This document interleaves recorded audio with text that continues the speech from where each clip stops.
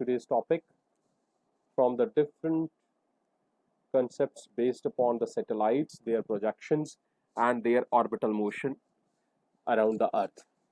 ठीक है, और any other body. तो आपको पता है सैटेलाइट्स क्या होते हैं? बॉडी जो रिवॉल्व करती है किसी भी दूसरी बॉडी के अराउंड, और यहाँ पे हम कंसीडर करते हैं कि वो बॉडी जो है वो मोस्टली क्या है, प्लैनेट्स है। ठीक है, अर्थ जैसे है। अब अर्थ के केस में अगर अर्थ प्लैनेट है तो अर्थ का जो अर्थ के आगे पीछे कौन मूव कर रहा है? One of the bodies that is moving around the earth that is moon. ठीक है, और ये है आपका कौन सा? Natural satellite, is not man made. The other one बहुत सारे हैं, जैसे आपके पास शुरू किए थे आपने मैक्सिमम, जैसे स्पुतनिक है।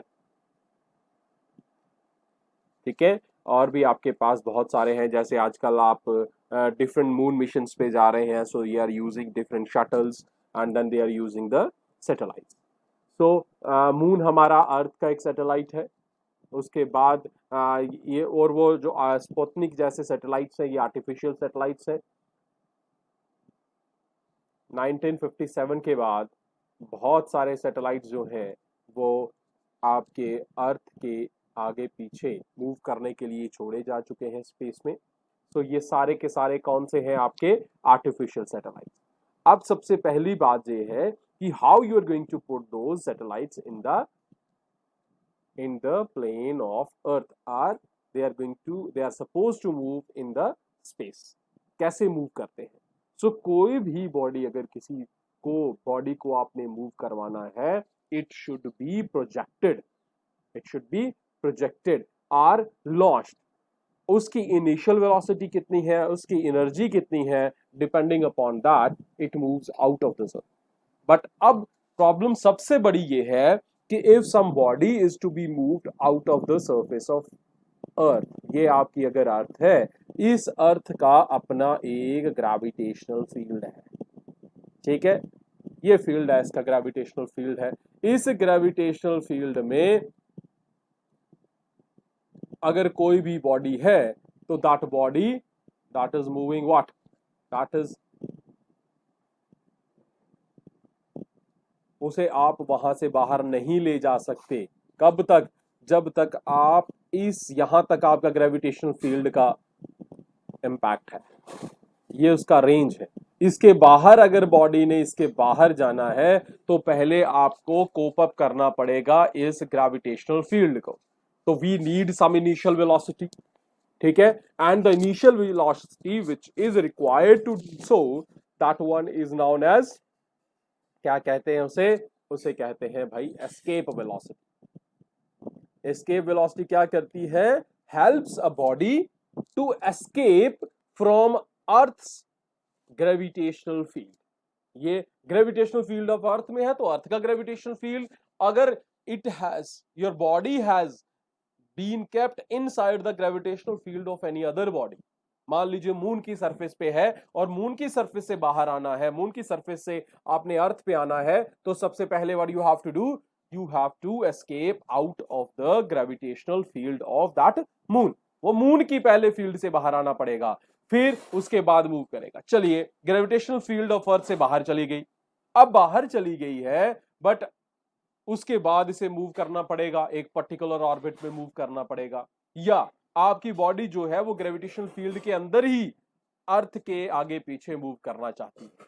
So your body should have a kinetic energy, एक रिक्वायर्ड काइनेटिक एनर्जी चाहिए, और अगर काइनेटिक एनर्जी चाहिए means again it required some velocity. ठीक है, फिर से उसको क्या चाहिए? एक वेलोसिटी चाहिए, and that velocity is known as orbital velocity. भाई दो वेलोसिटीज बहुत जरूरी हैं, एक with which the satellite moves in the orbit around the earth, या around the earth or any other planet or any other heavenly body, that velocity is known as orbital velocity. And other one that is required to move a body out of, or that is required to escape from the gravitational field of one object, एक के field से, उसे कहते हैं escape velocity. बच के जाना है, एस्केप करके जाना है, तो दो वेलोसिटीज आपके पास आ गई। तो अर्थ के केस में, अब हम दोनों के केस में लेते हैं, तो पहले वैल्यू बताता हूं आपको ऑर्बिटल वेलोसिटी की।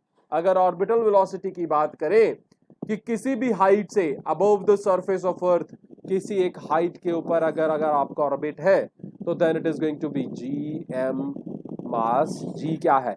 एक्स आपका कांस्टेंट ऑफ ग्रेविटेशन, एम क्या है? Mass of earth.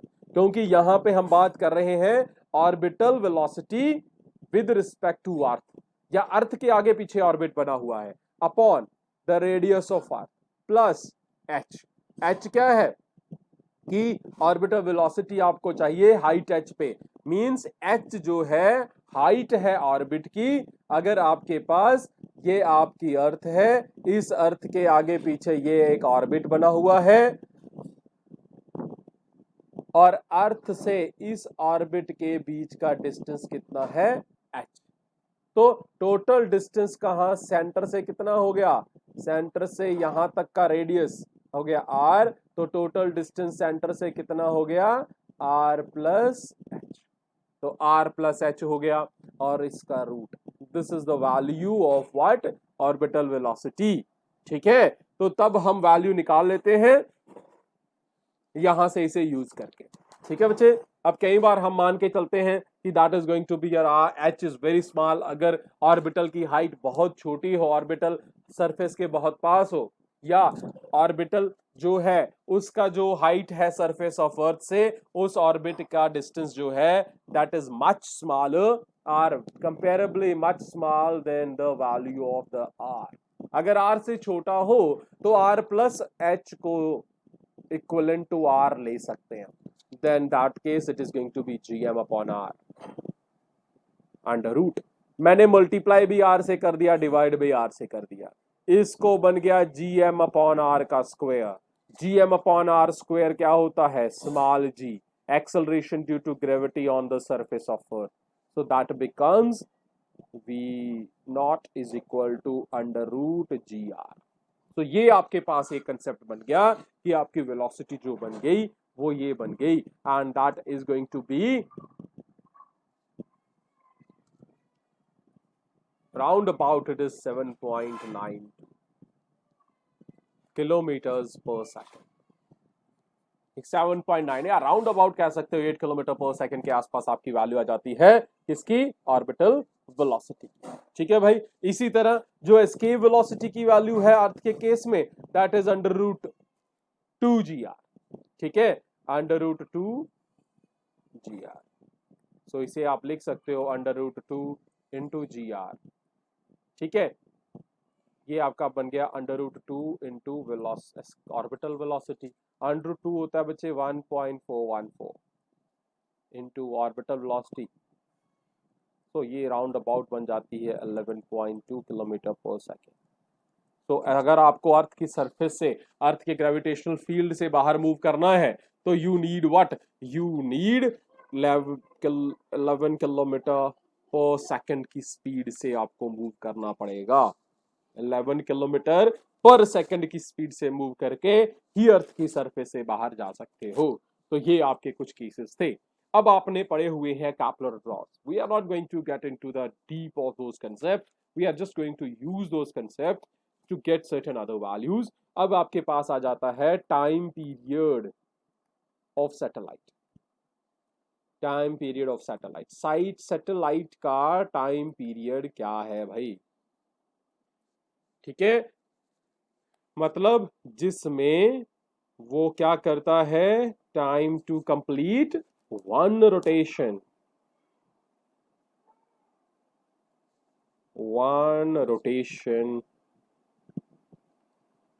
Uh cycle around earth. Earth के आगे पीछे चक्कर लगाने में, एक चक्कर लगाने में जितना टाइम होता है उसे हम कहते हैं टाइम पीरियड ऑफ सैटेलाइट। और वो वैल्यू कितनी है? t is equal to 2 pi R upon V not. V not क्या है? Orbital velocity. ध्यान रहे इस चीज का। ठीक है भाई, तो ये आपकी वैल्यू आ गई। 2 पाई आर आपका सर्कमफ्रेंस हो गया, जो रेडियस आपका बना हुआ है, और आपके पास v नॉट आ गई orbital velocity, that is the value of the time period. तो ये चीजों का थोड़ा ध्यान रख के आपने चलना है, ठीक है। अब ऑर्बिटल वेलोसिटी की वैल्यू डाल के जो भी आपकी वैल्यू आप निकाल सकते हो। अगर ऑर्बिटल वेलोसिटी की वैल्यू की टर्म में नहीं लेना है तो then t is equal to 2 pi under root r by G. ये आ गया in terms of radius of earth. Earth के रेडियस की फॉर्म में अगर आपने लेना है then you can use this one. ये आपके पास आ गया r अपॉन जी। ये भी आपका टाइम पीरियड की वैल्यू है, that is in terms of acceleration due to gravity, and that one is in terms of the orbital velocity of the body around the earth. तो ये आपके पास आ गया टाइम पीरियड कितना लगता है। अब आल्टीट्यूड कितना है, अगर आपको निकालना पड़े कि भाई वैल्यू कितनी है, हाइट कितनी है उस बॉडी की, अर्थ की सरफेस से ऊपर हाइट कितनी है, कितनी हाइट पे है, अभी हमने बात की ना ऊपर हाइट की बात की, तो आल्टीट्यूड कितना है सैटेलाइट का, altitude of satellite, altitude of satellite that is h। अभी हमने पढ़ा था r प्लस एच किसके बराबर होता है, वहीं से हम यूज कर रहे हैं। h इज इक्वल टू, यहाँ कैपलर्स के लॉज यूज कर रहे हैं, it is equal T square G R square upon 4 pi square का क्यूब रूट, ध्यान रहे it is cube root minus R. ये थोड़ा सा कम्प्लेक्स आपका पास एक वैल्यू है। तो ये आपके पास है altitude of the satellites with respect to the surface of earth. अब कुछ प्रॉपर्टीज आ जाती हैं, कुछ चीजें आ जाती हैं, कुछ कंसेप्ट्स आ जाते हैं जो क्वेश्चन पूछे जाते हैं कि भाई सैटेलाइट, जब स्टेशनरी सैटेलाइट कैसे होते हैं, जियो स्टेशनरी सैटेलाइट जिन्हें हम कहते हैं। तो आपके पास नेक्स्ट आपका छोटा सा कंसेप्ट आ जाता है, what are the stationary satellites, stationary satellite. भाई पहली तो बात है कि ऑब्जेक्ट बाहर जाके स्टेशनरी हो नहीं सकता, ठीक है, इसका मतलब है मूव कर रहा है, लेकिन हमें दिखाई दे रहा है स्टेशनरी, इसका मतलब है हमारे साथ मूव कर रहा है। हमारे साथ means with along with the surface और point on the surface of earth. अगर आप किसी पॉइंट पे हो, सरफेस के ऊपर किसी पॉइंट पे हो, ये अर्थ है अगर आपके पास, इस अर्थ के ऊपर आप किसी पॉइंट पे हो और आपको यहाँ पे एक सैटेलाइट जो है वो हमेशा एक ही जगह पे दिख रहा है, इसका मतलब है जितनी वेलोसिटी के साथ आपका ये पॉइंट मूव कर रहा है इस तरफ किसी भी डायरेक्शन में, सेम वेलोसिटी के साथ ये मूव कर रहा है, तो रिलेटिव वेलोसिटी इनकी जीरो हो गई। रिलेटिव वेलोसिटी जीरो हो गई तभी तो आपको एक साथ दिखाई दे रहा है। A satellite whose time period 24 hours, सबसे पहली बात इसका टाइम पीरियड कितना है भाई, time period is equal to 24 hours. 24 hour इसका टाइम पीरियड है और रिवॉल्व कर रहा है orbit concentric and coplanar with the, ध्यान रखना है हमेशा, आपको पूछा जा सकता है कि स्टेशनरी सैटेलाइट जो है उसका ऑर्बिट जो है भाई वो हमेशा क्या होगा, नंबर 1 कंसेंट्रिक होगा, नंबर 2 को प्लानर होगा, प्लेन सेम होगा किसके साथ, with the equatorial plane of earth, with the equatorial plane. भाई इक्वेटर जिस प्लेन में लाई करता है उसी प्लेन में आपका ऑर्बिट होगा और उसी प्लेन में कंसेंट्रिक, उसी प्लेन के साथ with the equatorial plane of, ठीक है। तो ये दो चीजें आपने याद रखनी है। आपको पता है अर्थ किधर से किधर मूव करती है, it appears above the particular, अब सैटेलाइट है स्टेशनरी तो हमें एक पर्टिकुलर पॉइंट पे दिखाई देगा। अर्थ जो है वो वेस्ट से ईस्ट की तरफ मूव करती है, किसकी तरफ मूव करती है, वेस्ट टू ईस्ट। यही रीजन है कि सन कहां से कहां मूव करता दिखाई देता है, ईस्ट टू वेस्ट, ठीक है। तो इसी तरह आपका स्टेशनरी सैटेलाइट जो हमें दिखाई देते हैं वो भी सेम डायरेक्शन में मूव करते हैं। अब सेम टाइम पीरियड सेम है उनका, जितना अर्थ अर्थ जितना टाइम रोटेट करने में लगाती है इतने टाइम में वो अर्थ के आगे पीछे रिवॉल्व कर जाता है। जितने टाइम में अर्थ अपनी एक्सिस पे रोटेट करती है, क्या करती है, अर्थ जो है अपनी एक्सिस पे मूव करती है, अपना एक चक्कर लगाती है, उतनी देर में आपका ये जो सैटेलाइट है, ये सैटेलाइट अर्थ के आगे पीछे चक्कर लगा जाता है। समझ आ रही है बात? तो जो रोटेशन टाइम है अर्थ का, रोटेशन टाइम जो है, रोटेशन टाइम ऑफ अर्थ, कहां पे रोटेट करने का, around its own axis, is equal to the time period of satellite. कौन सा टाइम पे सैटेलाइट? आपका स्टेशनरी सैटेलाइट जो आपको दिखाई दे रहा है, ठीक है। इसीलिए इस सैटेलाइट को हम सिंक्रोनस, सिंक होता है एक साथ चलने वाला, तो it is a synchronous satellite, या जियो सिंक्रोनस भी कहा जाता है। जियो क्यों? क्योंकि जियो का मतलब है अर्थ, तो अर्थ के साथ सिंक्रोनाइज होके चल रहा है, उसके साथ जुड़ के चल रहा है। और मोस्टली ये सैटेलाइट्स, भाई ध्यान रखना है, ये सैटेलाइट्स यूज होते हैं कम्युनिकेशन के लिए। ये किसके लिए यूज होते हैं? कम्युनिकेशन पर्पसेस के लिए, और इसलिए इनको कम्युनिकेशन सैटेलाइट्स भी कहा जाता है। तो क्या क्या नाम पता लग गया आपको? Stationery satellite, Jio stationery, synchronous, geosynchronous, and now they are going also termed as your communication satellites। ठीक है भाई, ये आपके पास बात आ गई। अब बात करते हैं कि आपका थोड़ा सा जो कैप्लर वाला कंसेप्ट था, ये सबसे पहले किसने दिया था? अर्ली अटेम्प्ट जो थे बेसिकली सोलर सिस्टम को स्टडी करने के लिए, जो प्लानिटरी मोशन जो था, प्लैनेट्स के मोशन को स्टडी करने के जो सबसे पहले कंसेप्ट जो दिए गए थे, वो दिए भाई ग्रीक ने। जो ग्रीक्स थे, मिस्र के साइंटिस्ट थे, उन्होंने शुरू किया। सबसे पहले जो कंसेप्ट्स थे, उनमें से एक जो साइंटिस्ट थे, प्टोलेमी।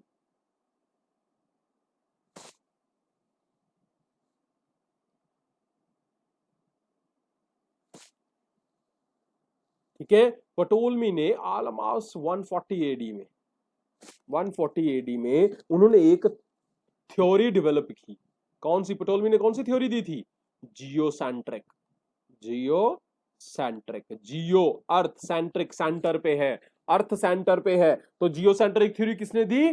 प्टोलेमी ने दी। और उन्होंने कहा कि ये सेंटर पे है और हर चीज इसके आगे पीछे मूव करती है। हर चीज का मतलब everything in the universe including the stars and other planets to.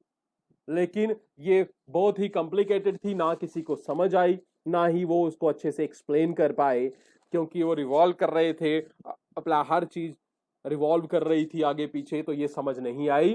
फिर 1543 में, 1543 में कॉपरनिकस आए। कॉपरनिकस ने, ये कॉपरनिकस जो थे वो पोलैंड के थे, पोलैंड के एस्ट्रोनॉमर थे, और उन्होंने एक हाइपोथेसिस दिया। हाइपोथेसिस क्या होता है बच्चे? जिसे बाद में प्रूव करते हैं। हाइपोथेटिकल थियोरेटिकल कंसेप्ट दिया, और उन्होंने कहा हेलियोसेंट्रिक। हेलियो क्या होता है? जलता हुआ स्टार, स्टार कहते हैं हेलियो स्टार। स्टार सेंटर पे है, और हमारा स्टार कौन था? सन। उन्होंने कहा कि सन जो है वो सेंटर है और स्टेशनरी है, और all planets they are moving, they are revolving around that sun. तो ये वाला कंसेप्ट था। धीरे धीरे उन्होंने ये मूव करके चले कि वो अपनी एक्सिस पे मूव कर रही है, अर्थ अपने एक्सिस पे मूव कर रही है, और धीरे धीरे उसे उन्होंने ये इस कंसेप्ट को एक्सप्लेन किया। और बहुत सारे इनकी एक्सप्लेनेशंस जो थी वो किसने दी? इंडियन एस्ट्रोनॉमर आर्यभट्टा ने। आर्यभट्टा ने ये एक्सप्लेनेशंस दी around about 5th century. 5th century में इंडियन एस्ट्रोनॉमर ने भी ये एक चीज एक्सप्लेन कर चुके थे। ठीक है, अब इसी थ्योरी के बेस पे एक और एस्ट्रोनॉमर आए जिनका नाम था टाइको ब्रा। टाइको ब्रा जो थे उन्होंने बहुत सारी मेजरमेंट्स की, और इनका टाइको ब्रा के डाटा को एनालाइज किया। किसने एनालाइज किया? कैप्लर ने, जिनका पूरा नाम क्या है? Johannes Kepler. और जॉनस कैप्लर ने 3 स्टेटमेंट्स दी जिन्हें लॉज ऑफ प्लैनेटरी मोशन भी कहा जाता है। और सिंपली जैसे न्यूटन के लॉज ऑफ मोशन है, इनके लॉज को लॉज ऑफ प्लैनेटरी मोशन कहा जाता है, और जैसे उन्हें न्यूटन्स लॉज कहा जाता है, इसे कैप्लर्स लॉज भी कहा जाता है। Thus, these are the Kepler's laws of planetary motion. 3 laws दिए, आपको पता है कौन कौन से लॉज दिए। सबसे पहला लॉ कौन सा दिया था इन्होंने? Law of orbits. पहला लॉ दिया लॉ ऑफ ऑर्बिट्स, ये फर्स्ट लॉ था। और उन्होंने कहा, क्या कहा था लॉ में? इसमें उन्होंने बताया था कि जो ऑर्बिट है they are elliptical, sun at its one focus. Sun जो है उस एलिप्टिकल ऑर्बिट के एक फोकस के ऊपर है। तो उन्होंने कहा कि जो आपके ये इस तरह के इलिप्टिकल है और सन किसी एक जगह पे फोकस के ऊपर है, ये ऑर्बिट है आपका। Planets are moving around the sun in elliptical orbits with the sun at its one of the focus. Done? पहला लॉ ये था। दूसरा लॉ क्या था? दूसरा लॉ था law of areas. Law of areas, उन्होंने कहा कि जो लाइन सन को और प्लैनेट को जोड़ती है वो लाइन इक्वल एरिया स्वीप करती है in equal interval of time. The area swept by the line joining the sun and the planet sweeps equal area in equal interval of time। और इसके ऊपर उन्होंने एक कंसेप्ट दे दिया एरियल वेलोसिटी। एरियल वेलोसिटी क्या होती है? Area per unit time. Sweeping of area per unit means area upon time को कहते हैं एरियल वेलोसिटी। और उन्होंने ये कहा कि एरियल वेलोसिटी क्या होती है इन केसेस में? कांस्टेंट होती है।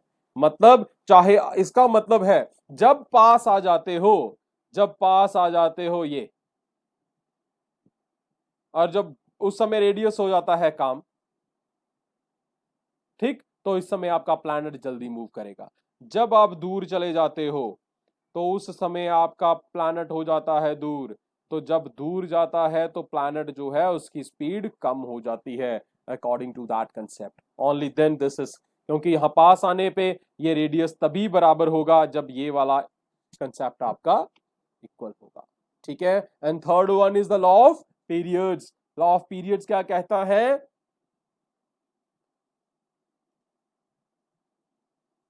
पीरियड्स, टाइम के बारे में बात की है इसने। इसने कहा है square of the time period that is directly proportional to the cube of the semi major axis. Semi major axis कौन सी होती है?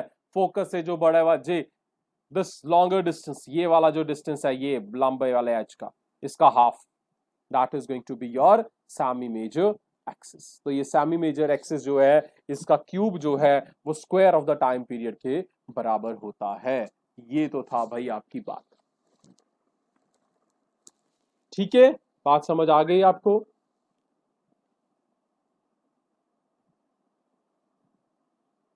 चलिए, अब आपको क्वेश्चन आ सकता है कि what is the shape of orbit of satellite. अगर आपको वेलोसिटीज की वैल्यू दी गई है, आपको क्वेश्चन क्या पूछा जाएगा कि एक satellite is moving around the surface something, उस बॉडी के हिसाब से उसकी ऑर्बिटल वेलोसिटी v नॉट है और उस ऑब्जेक्ट की वेलोसिटी v है। v is the velocity of satellite, v not is orbital velocity. ठीक है, अब आपको बताना है कि what is going to be the shape of that orbit. Done. Number 1, अगर वेलोसिटी v जो है लेस देन ऑर्बिटल वेलोसिटी होती है, अगर ऐसा हो तो ऑर्बिटिंग ही पॉसिबल नहीं है। ऑर्बिटिंग ही पॉसिबल नहीं है। क्यों? क्योंकि मिनिमम वेलोसिटी जो चाहिए ऑर्बिट में मूव करने के लिए वो कितनी है? v not. तो अगर इससे कम वेलोसिटी है तो orbiting is not possible. Orbiting is not possible. चलिए, अब मतलब है कि एटलीस्ट बराबर तो होनी चाहिए। ठीक है, satellite continue to move in the orbit.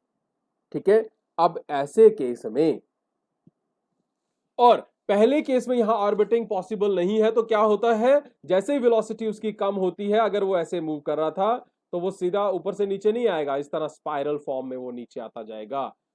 Orbit एक परमानेंट ऑर्बिट में नहीं, स्पाइरल फॉर्म में नीचे आके सीधे अर्थ के ऊपर गिर जाएगा। तो अगर ऐसा है v equal to v naught है तो वो अपने ऑर्बिट में मूव करेगा, कंटिन्यू करेगा। नंबर 3, अगर velocity greater than v naught है तो आपका सैटेलाइट जो है वो कहां मूव करेगा, एलिप्टिकल ऑर्बिट्स में। कहां मूव करेगा, ऑर्बिट कैसा होगा उसका, एलिप्टिकल ऑर्बिट। डन। अगर उसकी velocity equal to escape velocity हो जाती है, ठीक है, तो वो क्या करेगा, एस्केप कर जाएगा। कहां से, अर्थ के फील्ड से, ग्रेविटेशनल फील्ड से बाहर ही चला जाएगा। वो ऑर्बिट में मूव नहीं करेगा, वो कहां चला जाएगा, ग्रेविटेशनल फील्ड से बाहर चला जाएगा। और कैसा पाथ मूव करेगा, पैराबोलिक पाथ। ठीक। और अगर आपके पास चौथा case, last case, v greater than V S, तो एस्केप तो करेगा ही करेगा, लेकिन जो इसका पाथ होगा that will B hyperbolic. Hyperbolic, ठीक है, पहले वाला parabolic, that other one will the hyperbolic. ये आपके पास कुछ केसेस आ सकते हैं, इनको अच्छे से नोट कर लीजिएगा। चलिए अब हम स्टार्ट करते हैं आपके numericals. In the last lecture we have done some numericals also. तो चलिए मैं न्यूमेरिकल्स से साथ साथ आपको कुछ कंसेप्ट्स भी बताता जाऊंगा, उनको ध्यान में रखिएगा।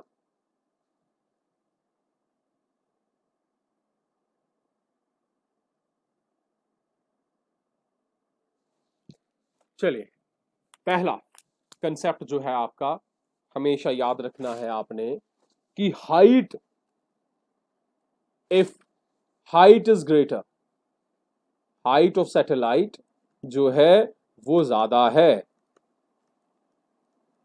इज ग्रेटर,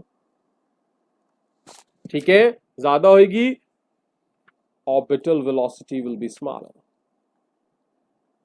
ऑर्बिटल वेलोसिटी जो है will be smaller.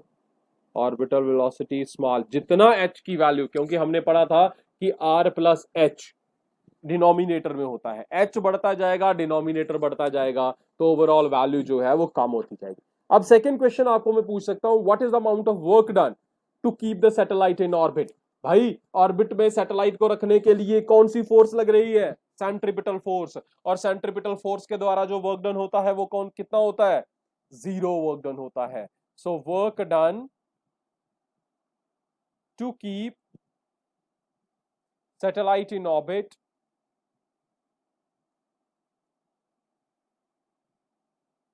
is always 0। वो क्या होता है, हमेशा 0 होता है। तीसरा, आपके फॉर्मूले से ही पता चल जाता है कि ऑर्बिटल वेलोसिटी जो है v not is independent of mass of object.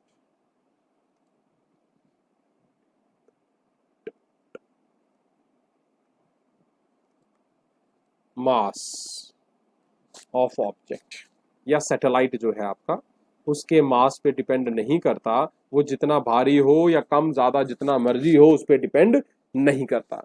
अब बात कर लेते हैं, ये इंपॉर्टेंट क्वेश्चंस हैं जियो स्टेशनरी सैटेलाइट के हिसाब से। जियो स्टेशनरी सैटेलाइट जो होता है,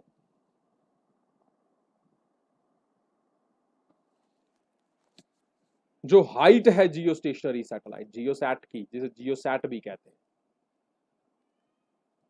इनकी जो हाइट होती है that is round about 36,000 kilometre. Minimum height कितनी आ जाती है, 36,000 किलोमीटर।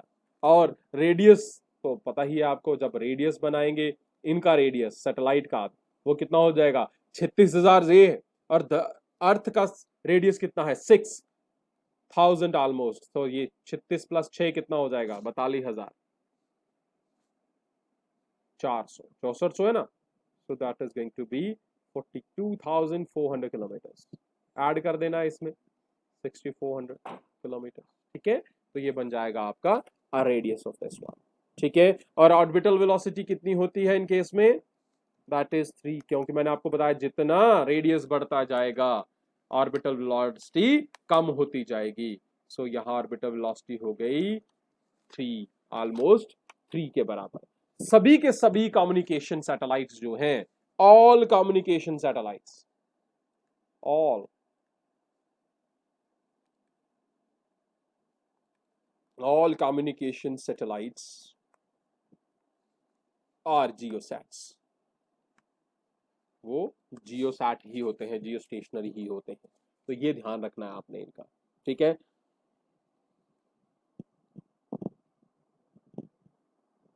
मून के ऊपर एस्केप वेलोसिटी कितनी है?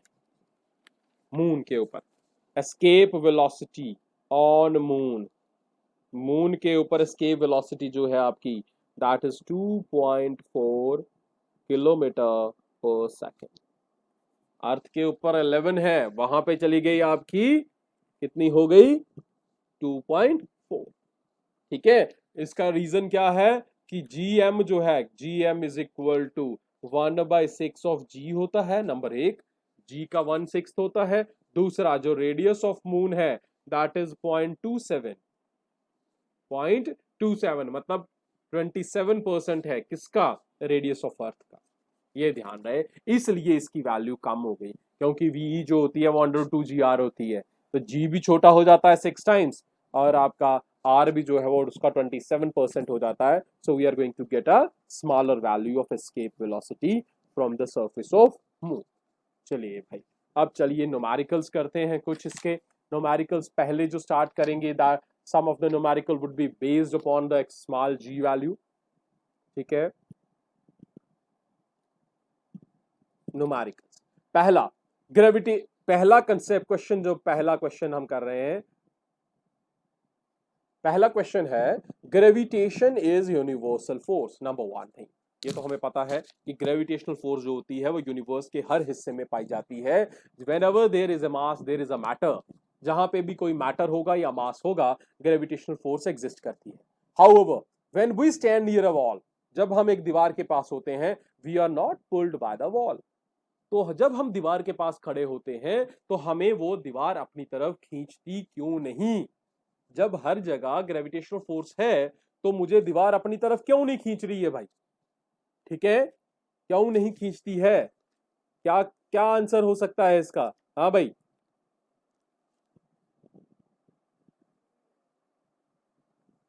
क्योंकि भाई जितना वो आपको खींच रही है, इतना आप भी उसे खींच रहे हो, तो उस केस में आपके पास इक्वल एंड अपोजिट फोर्सेस लग जाती हैं।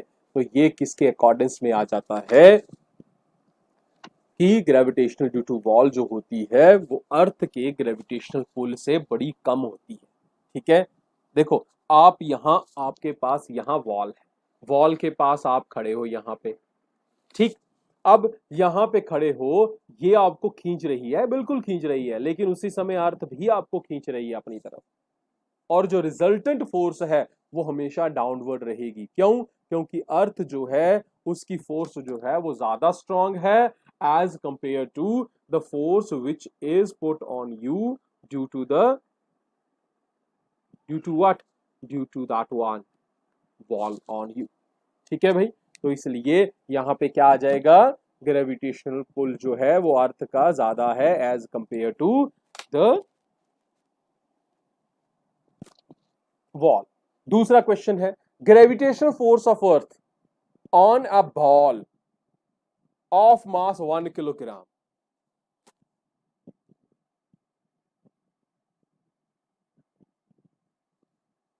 अर्थ पे जो मास है आपका, उस पे आपका 1 किलोग्राम। चलिए, क्वेश्चन नंबर 2 है, बॉल पे मास जो है, mass that is equal to 1 kilogram, 1 kg, उस पे फोर्स लग रही है 9.8 newton. Attraction of the ball on the earth is, earth जो है, बॉल कितना फोर्स लगा रही है, attraction of ball on earth, कितना फोर्स लगा रही है भाई? फोर्स किसके कारण होती है? ग्रेविटेशनल फोर्स जो है वो ग्रेविटेशन की 9.8, अर्थ उसको खींच रही है, तो अर्थ को वो कितनी फोर्स से खींचेगा भाई? 9.8 से ही, बिकॉज जितनी फोर्स होती है, न्यूटन का थर्ड लॉ कहता है ये forces are always equal and opposite. अगर अर्थ आपको नीचे की तरफ खींच रही है तो अर्थ को भी आप ऊपर की तरफ इक्वल और अपोजिट फोर्स के साथ खींच रहे हो, so that force will be 9.8 Newton. Third one, if the gravitational mass on a body on the moon, अगर ग्रेविटेशनल मास है किसी बॉडी का, मतलब सिंपल मास ऑन मून, ध्यान रहे किसी बॉडी का मास मून पे m है एंड और उसी का धरती के ऊपर m ही है, ठीक। तो आपने बताना है कि m और इन दोनों की रेशियो क्या है। Simple thing, what would be the ratio of the mass on earth and the mass on moon. चलो मून पहले है, mass on moon to the mass on earth क्या रहेगा भाई? भाई मास पे कोई फर्क नहीं पड़ता है। मास आप किसी भी सरफेस पे किसी भी ऑब्जेक्ट पे चले जाओ, mass on moon will always be equal to the mass on earth. Only what happens to the body, its weight on moon to the weight on earth, that would never be equal to one. वो कभी भी one नहीं होगा, क्योंकि wait और wait on मास और अर्थ में, wait on moon और वेट ऑफ अर्थ में वैल्यू ऑफ जी चेंज हो गई है, तो इसीलिए आपके पास उसकी वैल्यू चेंज हो जाती है। ठीक है भाई, तो इन चीजों का ध्यान रखना, ये आपके पास इस तरह से क्वेश्चंस आएंगे। ठीक है, अब अगला क्वेश्चन है आपके पास, ये आपको मेमोराइज भी करना है, याद भी रखना है। इस चीज को निकालने के लिए बहुत टाइम लगता है। Escape velocity of air molecules. Question क्या है? What is the escape velocity of air molecules on surface of earth? Earth की सरफेस के ऊपर escape velocity of air molecules क्या होगा, ये हमेशा याद रखना है, हमेशा याद रखना है। एस्केप वेलोसिटी, हमने एस्केप वेलोसिटी पढ़ी बड़े बड़े सैटेलाइट्स की, हमने तो कभी भी एयर मॉलिक्यूल्स की नहीं पढ़ी। अब मॉलिक्यूल्स का साइज छोटा है, मास कम है, उसकी एस्केप वेलोसिटी क्या होगी? भाई उसकी एस्केप वेलोसिटी भी 11.2 ही होगी। इसकी एस्केप वेलोसिटी भी 11.2 किलोमीटर पर सेकंड ही होगी। क्यों? क्योंकि एस्केप वेलोसिटी जो होती है that is always independent of mass होती है। ऑब्जेक्ट चाहे बाइसिकल हो या ट्रक, दोनों के केस में एस्केप वेलोसिटी 11 किलोमीटर ही होगी। ये चीज का ध्यान रखना है भाई। तो इन छोटी छोटी चीजों का ध्यान रखना है आपने, और उसके साथ ही ऐसे क्वेश्चंस आएंगे। और भी कोई क्वेश्चन आप करते जाओ, I am giving you some exercise on the based upon this, so उसे सॉल्व करो, let me know if you are having any trouble. So आपका एक क्वेश्चन था कि प्रीवियस एक्सरसाइज में जो मैंने आपको दी थी, उसमें से आपके पास एक क्वेश्चन था कि क्या एफिशिएंसी का एक क्वेश्चन था, मैंने आपको दिया था। Let's take that one. आपका क्वेश्चन था प्रीवियस एक्सरसाइज में से, आपने मुझे एक क्वेश्चन पूछा था कि उसमें आपको एक डाउट है, आपका मैसेज था। सो क्वेश्चन क्या है आपके पास? इन एफिशिएंसी की बात हो रही है क्वेश्चन में।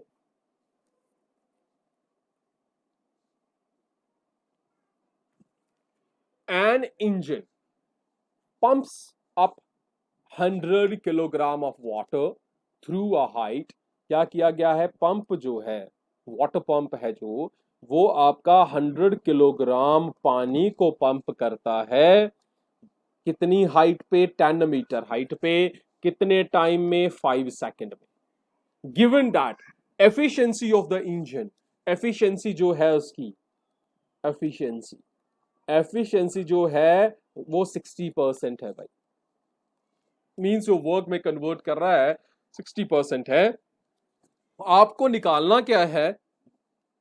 आपको निकालनी है what is the power, what is the power of that engine. और आपने वैल्यू ऑफ जी जो लेनी है, जी की वैल्यू आपने 10 लेनी है। ठीक है, तो ये आपका क्वेश्चन था, आपको पावर निकालनी है। तो चलिए देखते हैं क्या करना है। सबसे पहले तो मुझे वर्क, पावर क्या होती है? Work upon time. तो सबसे पहले हम निकालते हैं वर्क। तो वर्क किसके बराबर आ गया भाई? वर्क अगर आपने निकालना है तो वर्क आपके पास आ गया, आपके पास 100। क्या होता है? Force into distance. फोर्स कितनी होती है, मास इनटू एक्सेलरेशन। मास कितना है 100, एक्सेलरेशन कितनी है 10, हो गया फोर्स, इनटू कितनी हाइट थी, कितना डिस्टेंस था 10, तो ये आपका बन गया 10 की पावर 4, इतने जॉल आपने वर्क डन कर लिया। लेकिन इसका 60% ही कन्वर्ट होता है भाई काम में, 60% ही कम, देयरफॉर 60% इसका लेना है आपने। पावर कितनी कन्वर्ट हो रही है, कितना, इसका 60%, तो 60% लगा लीजिए इसका। 60 का क्या मतलब होता है, 60% ऑफ दिस वन,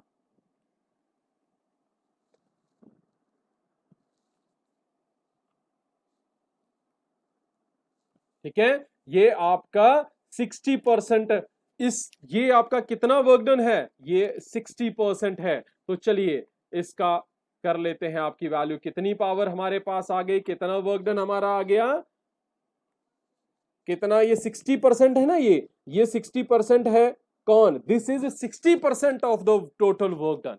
ये कितनी वैल्यू है, this is 60% of total work done, means 60% of work done is equal to W। तो वर्क डन किसके बराबर हो गया, जो हमने चाहिए वो है W अपॉन 60%, W अपॉन 60%, ठीक है भाई, 60% है, परसेंट मतलब 60 अपॉन 100, तो मैं 100 को ऊपर ले जाता हूं। तो चलिए मल्टीप्लाई करके what you are going to get, that will be the value of the work done. तो हमें क्या चाहिए, तो इसे आप सॉल्व कर लीजिए। वर्क डन कितना आया, 10 रेज़ टू पावर 4, ये 0 0 कट जाएगा, इंटू 10 अपॉन 6, तो 10 रेज़ टू पावर 5 अपॉन 6, इतना जॉल आपका वर्क आ गया। So power will be work upon time, ठीक है, वर्क आपका आ गया 10 raise to power 5 upon 6 into time कितना है 5, ठीक, इसको आपने बनाना है, ये इतने वॉट आपके आ गया पावर, लेकिन answer is in kilowatts, kilowatt है तो इसे डिवाइड करना पड़ेगा 10 रेज़ टू पावर 3 से, 10 रेज़ टू पावर 3 से डिवाइड करेंगे तो आपको मिल जाएगा 10 रेज़ टू पावर 2, ऊपर 2 कर रहे upon 30, so this is going to be 100 upon 30, ये किसके बराबर हो जाएगा 100 upon 30, power is equal to 100/30 कितना होता है भाई 3.3, क्या, किलोवाट। तो छोटे यूनिट को बड़े में करना हो कन्वर्ट, तो उसे क्या करते हैं, उसे डिवाइड कर देते हैं, उसे क्या करते हैं, उसे डिवाइड कर देते हैं। तो ये आपका एक क्वेश्चन था जो एफिशिएंसी पे था आपके पास। अगर आपके पास और भी कोई क्वेश्चन होता है तो वो मुझे आप बताओ, सो नेक्स्ट लेक्चर में हम उसे सॉल्व कर लेंगे। सो बच्चे अभी तक कोई क्वेश्चन है, और ये समझ आया आपको क्वेश्चन, ये वाला आपको, ये क्वेश्चन समझ आया आपको एफिशिएंसी वाला, हेलो एवरीवन, ठीक है। तो बच्चे अगर कोई और भी क्वेश्चन है, मैं आपको और भी आज कुछ एग्जांपल सेंड कर रहा हूं, उन्हें सॉल्व करो। तो नेक्स्ट लेक्चर में मिलते हैं। अगर आपको कोई प्रॉब्लम है तो मुझे बता देना, नेक्स्ट लेक्चर में हम उसे भी सॉल्व कर लेंगे, ठीक है। ओके बेटा, thank you, good bye. Thank you for watching my channel, please subscribe and share and also press the like button that is down here.